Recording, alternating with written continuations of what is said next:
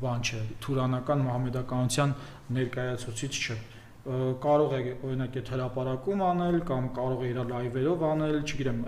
իր համար քանի որ նշանակություն չունի կարմիր գծելը, նա կարող է օրինակ քահանայի հետ խոսել դոմփելու լեզվով կամ բոսյակ ասել եւ այլն։ Սրանից հետևում է, որ նաեւ իր